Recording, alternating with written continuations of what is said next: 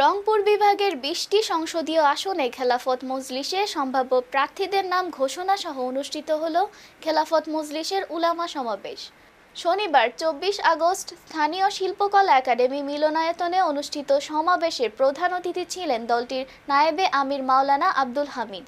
এ সময় বক্তারা বলেন, আসন্ন জাতীয় সংসদ নির্বাচনে পিআর পদ্ধতির প্রয়োজন নেই। এখনও দেশের মানুষ এই পদ্ধতি সম্পর্কে খুব বেশি ওয়াকিবহাল নন।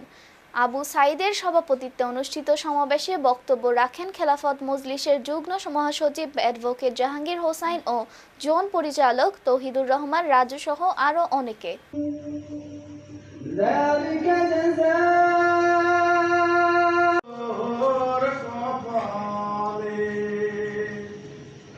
স্বৈরাচার মুক্ত করে আমাদের মুক্ত পরিবেশ দিয়েছে, সফল হয়। আল্লাহ তাআলা সকলকে সুবুদ্ধি দান করুক। আরেকটা কথা মনে করি, রাজনীতি আজকের এই রক্ত ভেজা রংপুর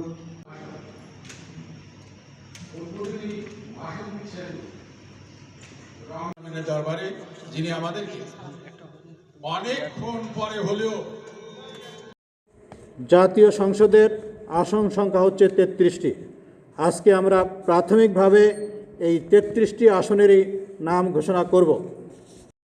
পঞ্চগড় ১ মুফতি আহমদুল্লাহ আল মাসরুর, পঞ্চগড় ২ মাওলানা জিয়াউল হক, ঠাকুরগাঁও ১ জনাব রফিকুল ইসলাম, ঠাকুরগাঁও ২ রংপুর ১ জনাব ফজলুল হক, রংপুর ২ জনাব শহীদুর রহমান রাজা, রংপুর ৩ অধ্যাপক তৌহিদুর রহমান রাজু মণ্ডল, রংপুর ৪